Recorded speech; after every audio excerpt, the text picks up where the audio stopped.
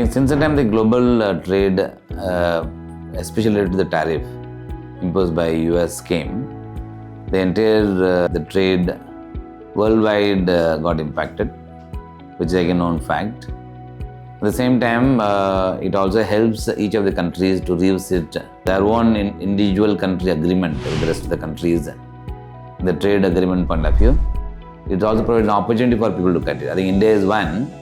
I think post this US tariff discussion started coming in, I think they have reached out to every countries and revisited how they can strengthen the relationship with countries like Europe and countries like Middle East and so on and so forth, Canada.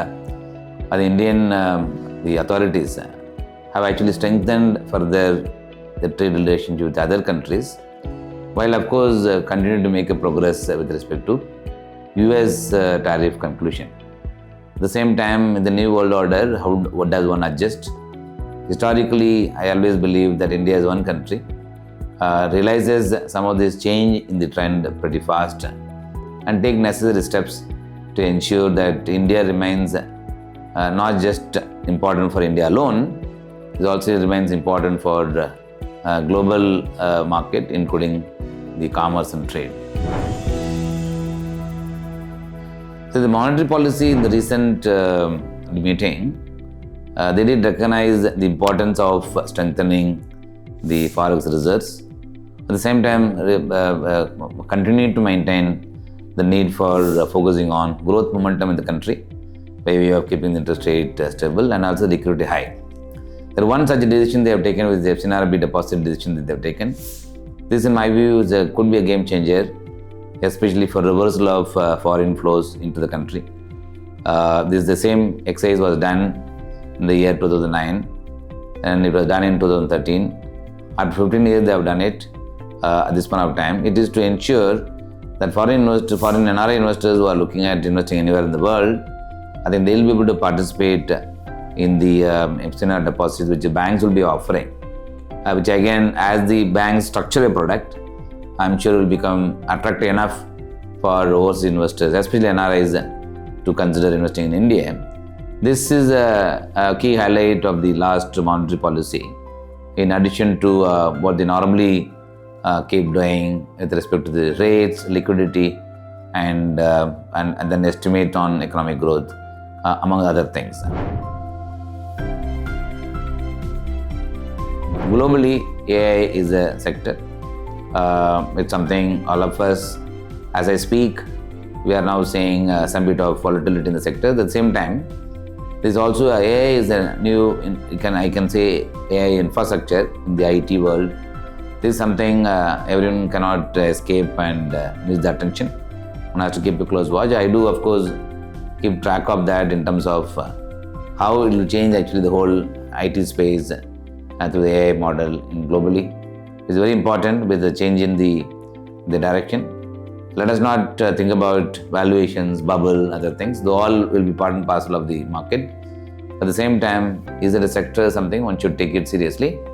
It looks like one has to learn from AI what we can learn better from them and improve the efficiency. So India, of course, continue to aim for the Viksit Bharat 2047, which essentially means I generally use the word all cylinders have to fire, which means that every sector, whether it is a consumption, whether it is in investment in infrastructure by the government, investments in manufacturing jointly with the public-private partnership basis, even on the private sectors, increase in their manufacturing capability in India. If I look at it in Bharat as a whole, it gives a wider opportunity that it provides. But as it gets expanded to every respective states, I also believe broadly the number of companies who will participate coming from the SMEs and MSMEs who will participate in the whole journey will also be extremely high. And finally, the wealth effect. I think India's wealth effect per capita income each year has been getting better. For a variety of reasons, land prices have gone up and people have made wealth, especially the gold is the largest holding which every citizen in the country have got. So overall, if you look at the net worth of every individuals for the last say 10 years would have gone up by 2.5 times. This will only continue to grow, and India would become more prominent in the world as a per capita income will keep improving each year, which is what I think will create the India to become more wealthy and rich and also more prosper. See, portfolio strategy for investors, I think cannot be different from time to time. I think it's not timed actually. It's always planned as to how much of the allocation should go towards equity, how much should go towards the hybrid category, how much should go towards fixed income. Given the fact that India has got 2030, it's a $10 trillion economy, which essentially means market cap should also be $10 trillion. And given the fact the interest rates somewhere in the range of about 6.5% to 7.5%, I think equities and asset class will give a better returns. I would always prefer, as long as you have age in your favor, you will be able to stay invested for long term. Equity should be the dominant asset classes in everybody's portfolio. That's where I think you get the power of compounding in the long run. So I generally prefer a flexi cap fund. That's a permanent investment. Multi-cap fund. Multi-asset allocation fund takes care of the need for investing in across market cap, gold, silver, REIT and InvIT. And balanced advantage fund takes care of the worry that one has got, especially should I increase exposure to equity, should I reduce exposure to equity, depending upon the view. But individually, it's very difficult for even me to take that call. Therefore, I leave it to the balanced advantage fund kind of managers who does the job more frequently using scientific model. And if you want to create a longer term wealth, then smaller mid cap provides the scope for higher alpha over the large cap over a period of time. Okay, if you want to expect more and more small companies to grow, they will be the one future of India and future of market. They'll become a large cap over a period of time. Therefore, smaller mid cap is also something which I like.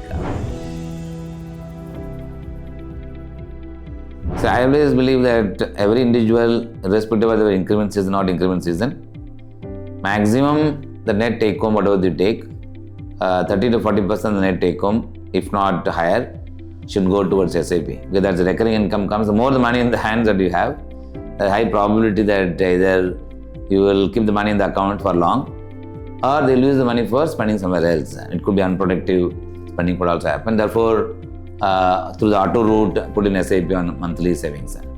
Annual increment comes, the season of course for some people, for some companies it's April, some companies it's July. The cycle can be, some people could be December. But each of these increment cycle, I always believe that every increment that comes, whether it's 7%, 8%, 10% increment that comes, you must always think is an additional payment that comes over and above the income that you have been getting. Which essentially means entire increment should go towards the SIP. And anything that you get in the form of variable pay, I always suggest that you must first park it. Otherwise, if you give an account, as I mentioned earlier, it can go somewhere else. And therefore, keep it in the liquid fund and then on STP in order to ensure that you invest this money for long term. Most of the people, of course, prefer use this money for prepayment loan, other things.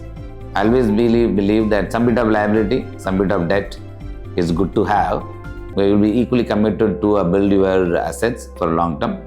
You'll deeply committed to service the debt, therefore you'll be more disciplined. At the same time, you'll also be extremely committed to build long-term wealth by way of investing the money for long-term wealth creation.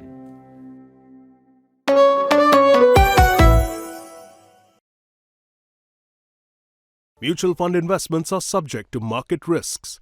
Read all scheme-related documents carefully.